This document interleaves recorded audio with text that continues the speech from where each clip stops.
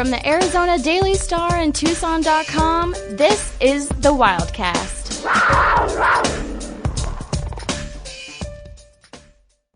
Thanks for listening to another episode of the Wildcast. Justin Spears here talking some hoops with Arizona basketball insiders PJ Brown and Bruce Pascoe. We'll hear from Bruce Pascoe in a little bit to talk about the men's team and their latest setback against Washington State and where they turn to next as they get ready for their road trip. But I'm here first with PJ Brown. PJ, Arizona women's basketball insider for the Star. PJ, it was a big weekend for the women's basketball team. Their latest win, beating the Oregon Ducks. Nice little top 20 win for Adia Barnes and her club, the number 15 Wildcats. I should say now number 14. They move up one spot in the AP top 25, but they get their first sweep in Pac-12 play this season. And it was against some really good teams in Oregon State and Oregon. I think one thing that jumps out to me is how they won it. Against Oregon State, the Beavers had them on the ropes in the fourth quarter, and then Lauren Fields happened. The Lauren Fields takeover happened. Arizona was able to complete the comeback and beat the Beavers, and then they turn around and beat Oregon at home, whiteout crowd on ESPN2, nationally televised game. And Maddie Connor comes off the bench, drops 16 points, was 3 for 3 from three-point range. So both these games had a couple of narratives to how Arizona won it. But in the end, 2 wins for Adia Barnes and her club. They're playing some good basketball right now. Absolutely. And I think that the big thing to remember right here is that to start off the Pac-12 season, they went 4-1, and they had the hardest schedule of any Pac-12 team except for Arizona State, and Arizona State is not ranked. So when you look at all the ranked teams, Arizona is the only Pac-12 team that had to play 3 games in 5 days or in 90 and a half hours. Then they come back a few days later and they have to face Oregon State and Oregon. It was the gauntlet, and they came out 4-1. I mean, and even if you look at that Stanford game, I went back and looked at it because even at the time I looked, it's they held Stanford 10 percentage points under their shooting average. And they held Cameron Brink down. I think she was 5 of 12 that game. When you can do that against Stanford, if they weren't tired and if it wasn't the last game of a 3-game really grueling test, you could beat Stanford on a regular day when both teams came in equal, right, with nothing else going on. You can go toe-to-toe with Stanford and beat them. They're not the big, scary team anymore. And if you look at what happened Sunday, Cal almost beat Stanford. Yeah. So Stanford just eked by with a I think it was a 4-point win. I watched that game back on Monday on my day off, and it was incredible how Cal's defense really held Stanford down as well. Both defenses, Arizona's and Cal's. So for Arizona, they're sitting in a really good spot. They're second in the Pac-12 right now, and it's a really tough Pac-12 this year. It's packed. I mean, 1 through 12. When Cal, I was going to say this year, I feel like it's always been that case. It's always been that the case. They think that most people think last year it was a little bit of a down year for the Pac-12, but this year everybody's improved. Cal was in the cellar. Now they've improved. I mean, you look across the board, it's tough. USC has improved. Every single night again is difficult, and it doesn't matter. I mean, Oregon State didn't come into Tucson with a great record. They had beat UCLA the game before, and that's really only because Charisma Osborne wasn't playing because she was injured. And yet that's a really tough team. It's well coached. They've got some really good bigs. And then Arizona faces them, and they're down 2 bigs because Lauren Ware's out for the season and Maya Naji's in concussion protocol. And somehow at the end of the game, they're able to get a 5th or 6th win. And then it was actually Helena Poyo who started out that run. She got a steal and got a bucket, and then they come down and play more really good defense, and then, Lauren Fields goes off for those 8 points in about 40 seconds, which was incredible. 3 minutes and 24 seconds. That number sticks out to me, that's when Arizona actually stepped up and played, and they played like they can play. And to come back from 12 points and beat them, even in the moment when it was happening, I couldn't wrap my head around what was happening. And even now, days later, it's still one of the most incredible comebacks I've ever seen. And now they turn their attention to a road swing over the next couple of weeks. They got Colorado on Friday at 7 o'clock. And Utah on Sunday at noon. Both games are on Pac-12 networks. And then they have a game in Tempe, the Jade LaVille homecoming game against the Arizona State Sun Devils on January 22nd at 3 p.m., another game that's on Pac-12 network. So 3 road games coming up for Arizona. How do you look at this stretch for the Wildcats as they look to maybe set up a big-time showdown at home with the Washington schools? It's another tough road because it's always hard to go to the mountain schools. It's one of the toughest road trips that you take because you're playing in elevation, and you also have to fly through a different state to get to the other school. Mm-hmm. So it's brutal. I know that Adia Barnes doesn't like to play in Utah on Sunday because things are closed in Salt Lake City on Sunday. Yeah. So it's hard to get food after the game. Religious obligations. Yes. And I know Bruce can attest to this, I know from covering the NCAA tournament, I remember we were up late. I forgot what day it was, but we were like, oh, there's a Burger King over there. Burger King is always open late. And they closed at 9 o'clock. This is the first time I've ever seen like a fast food burger joint close down at 9 p.m. Not even the drive-thru was open. Like, are you kidding me? There's a pizza slice place downtown that's open till about 1. That'll save you. Bruce has I forget what it's called, but yeah. Insider, yeah. The total insider thing. So everybody, if you're in Salt Lake City, you know where to go now. There's a place near campus that has slices too, but they're inconsistent, but often open late too. Yeah. So now, looking ahead, though, PJ, how do you feel about this Arizona women's basketball team? Because no Lauren Ware, she's out for the season. Maya Nagy in concussion protocol, but she's going to get better. Yeah. But we've seen the front court kind of has some flaws this year. It's Arizona's a really good team, but of course there are things that they need to improve on. I think this past weekend against the Oregon schools, it was a huge step forward. But how do they keep building as they approach March? Well, I think that they have to keep doing what they do, right? What they showed, especially on Sunday, that they can go up against these much bigger post players and they can win. And there's a way to win around that and a way to hold them down. I mean, Filipina Quay she comes in off an 18 rebound performance against ASU, and she's limited to 10 rebounds, and she's 6'8". Wow. And Arizona just had an answer for them. They already knew they had to play smaller through this season without Lauren Ware. And without Maya Nagy this weekend, they did it. And they were successful. So if they keep doing what they're doing, they played really smart. There were a lot of times that Kate Reese would fake that she's going to take an outside shot and then put the ball on the ground and dribble around. And Quay was so big she couldn't handle Kate's speed or her agility. So I think doing more things like that, and Esmery Martinez did a lot of the same thing, where instead she may just go up for a basket with a much larger player against her. She actually came down and dribbled and pushed her back a little bit and then found some space. So doing those types of things. And then when you see a Maddie Connor go off, and Maddie Connor's been playing the 4 a lot because she's had to learn to play that this year.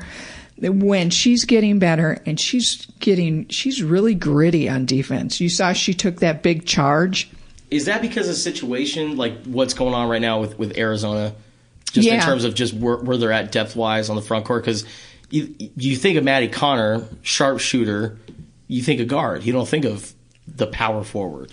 She was supposed to just be a guard.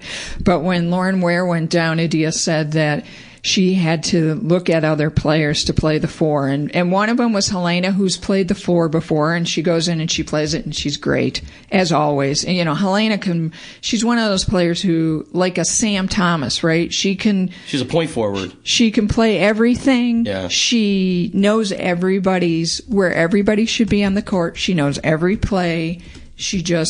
And she has great vision on the court. Yeah. So, any team that you start should start with a player like Helena Pollo. Yeah. And she's usually, when you look at the stat sheet, she's got something in every bucket. She's just filling that stat sheet every time, plus all the things that don't get in there. The tips, how she contains her defensive opponent, all of those things, and then how she gets other players on offense in the positions they need to be in to be successful. That's key. But everybody has to sort of pitch in this year to play the 4. So going back to Maddie, she's had to learn that position, and she's learned it pretty well. I mean, for the most part, she told me that she understands where she's supposed to be on the court.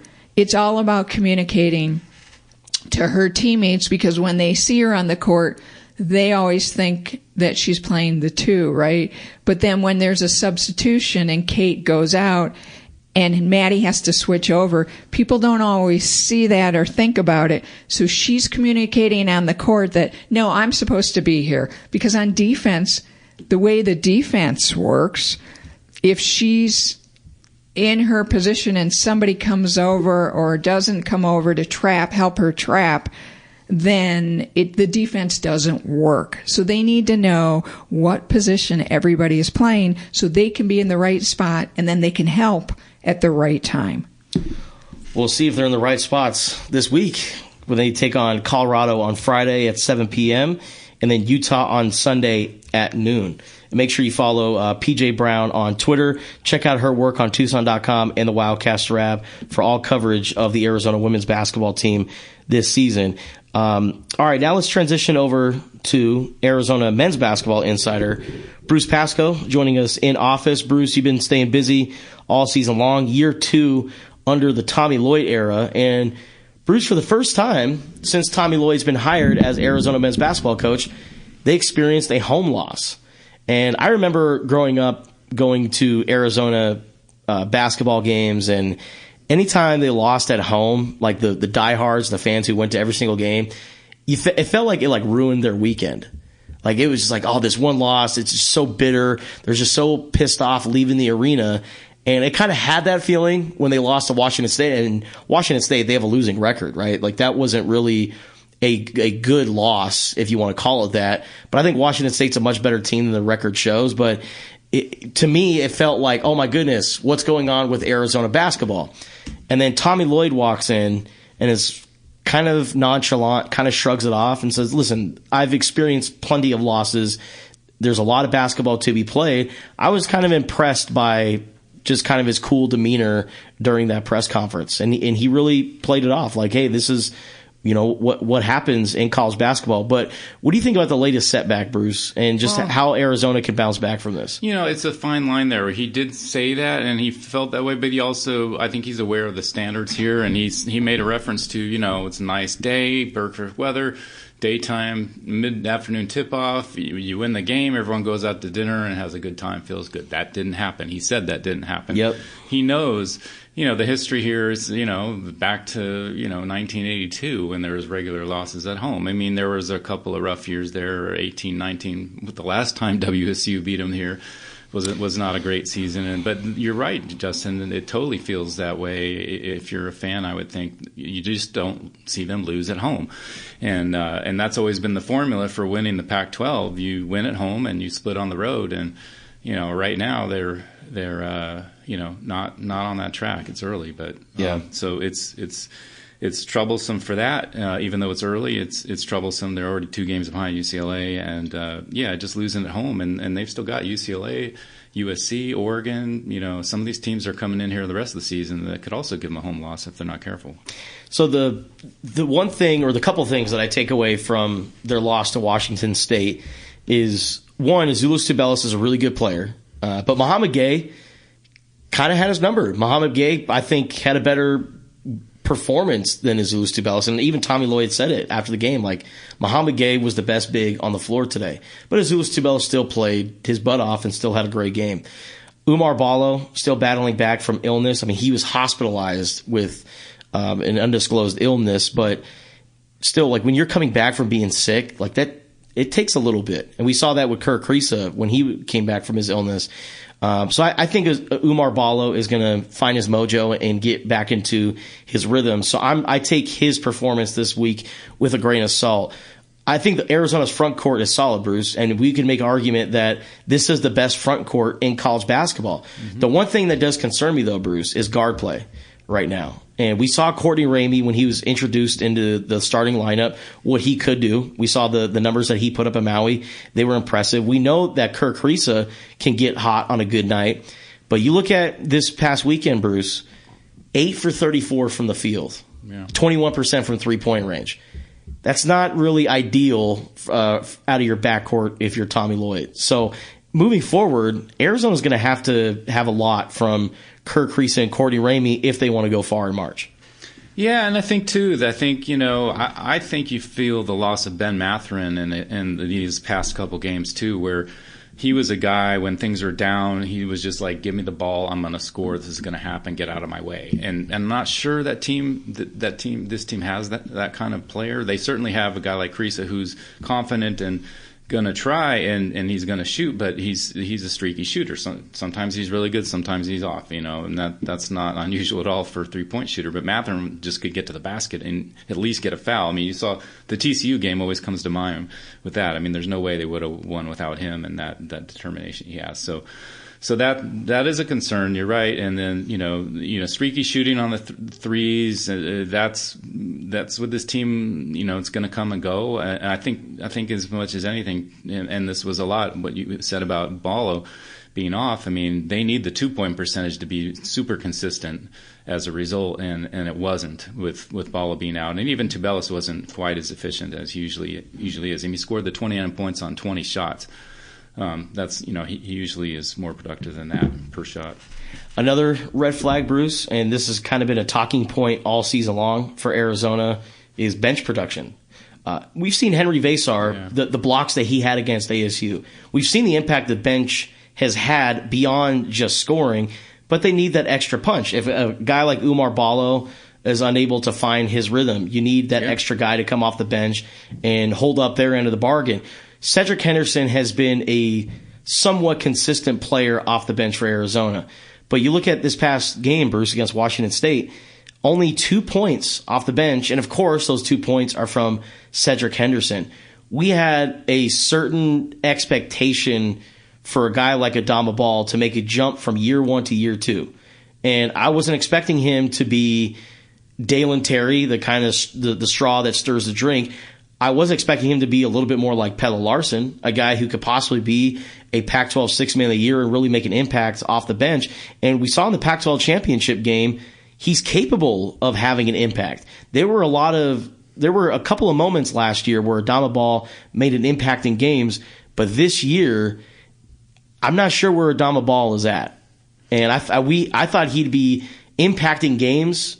But to me, it's like, is he even out there? And lo and behold, you look at his minutes this past week, only 6 minutes in 2 games. Yeah, I think you can make a case that he's maybe the biggest kind of, maybe head scratcher. Maybe he's going to come on. But it almost kind of reminds me like Justin Simon a little bit.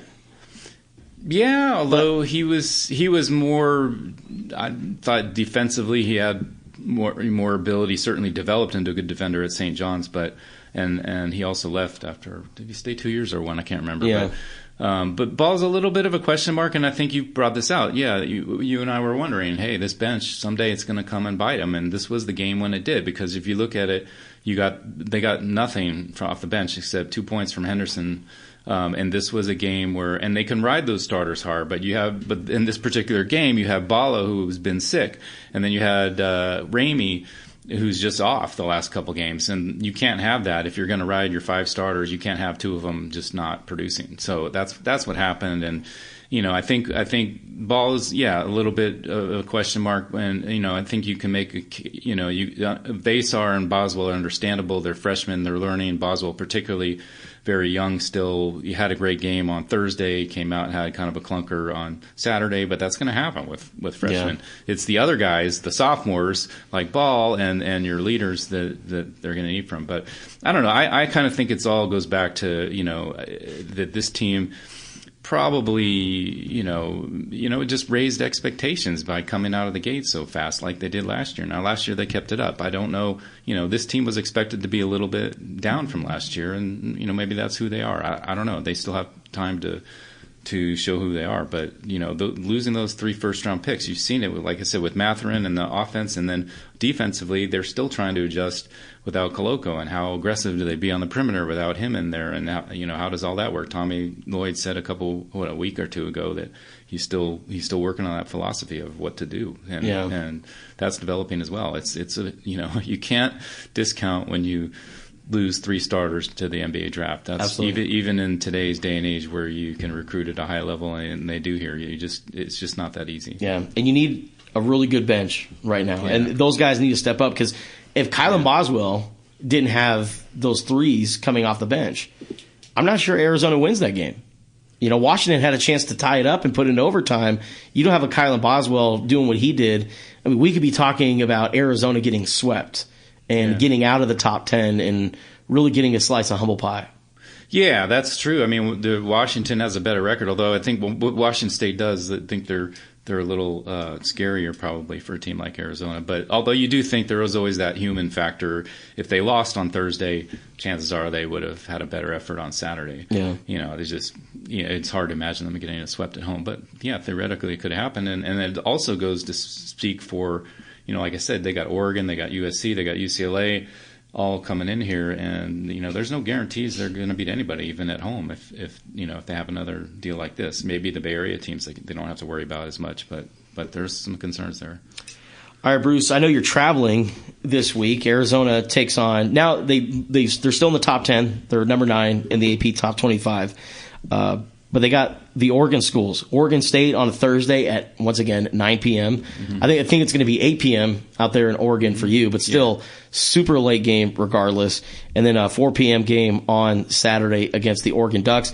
Arizona, they've struggled in Oregon in years past. So what do you think about this trip, Bruce? Yeah, I mean, historically, it's a split at best. It's a tough road trip. No matter how these teams look coming in, and Oregon State is typical Oregon State. They're 7-9. They don't do a lot of things great, but they still play that. They play some tough zone defenses. They're committed to. They have a couple of good players, and and it's that environment there is you're in this whatever 80-year-old gym or whatever it is, and you just don't. It's just not. It's maybe going to be the stands are going to be 2/3 empty. And it's just hard to, you have to be ready for that situation. And a lot of times Arizona has not. They've also, looking forward to playing Oregon or whatever.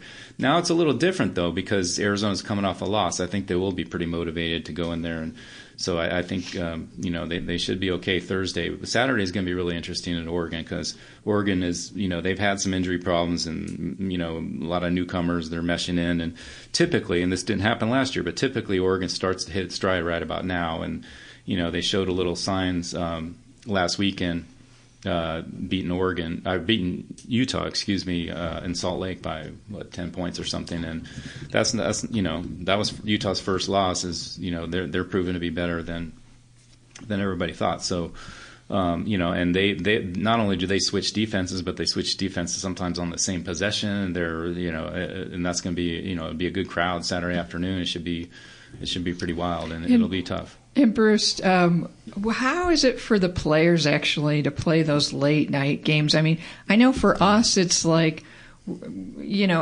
if you're a fan, you're sitting around all day. If you're a reporter, you're kind of sitting around all day. How does it affect the players? Because I know it's a game, it's still game day, but really to wait until 8, 9 o'clock to play after, and they may have to get up early to take shoot around depending on how everything works in that gym that day.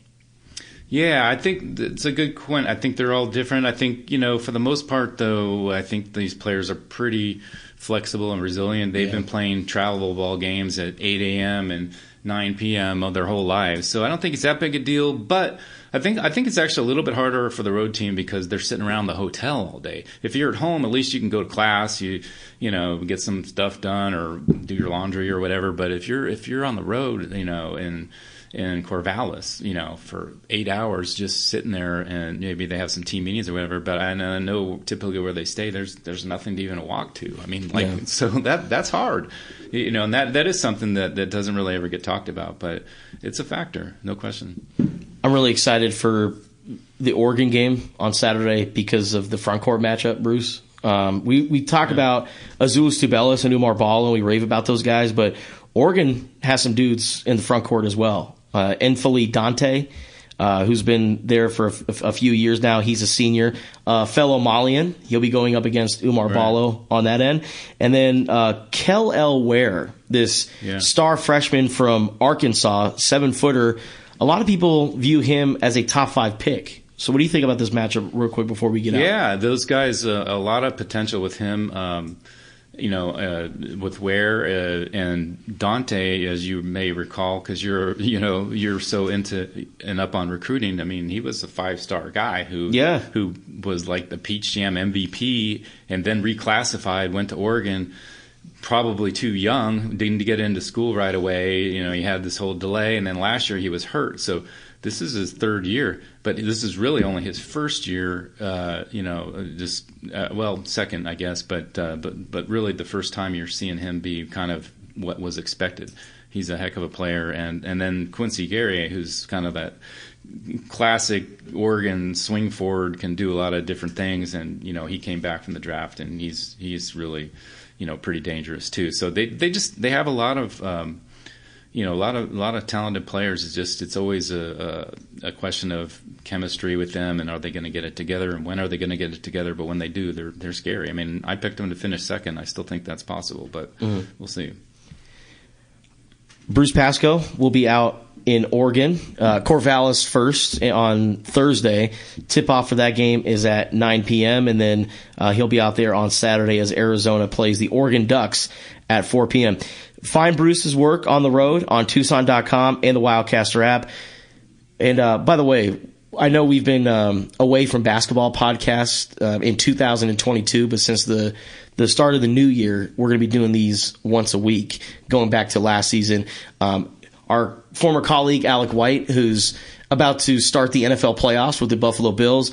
We used to do these once a week last season, and it was always fun, and we love doing these. So we're going to make sure we stay on top of these podcasts at least once a week, talking all things Arizona Wildcats basketball. PJ, Bruce, appreciate you all for stopping in. All right. Thanks for having us. Don't forget to subscribe, rate, and review the Wildcast podcast wherever you listen to podcasts. Thanks for listening.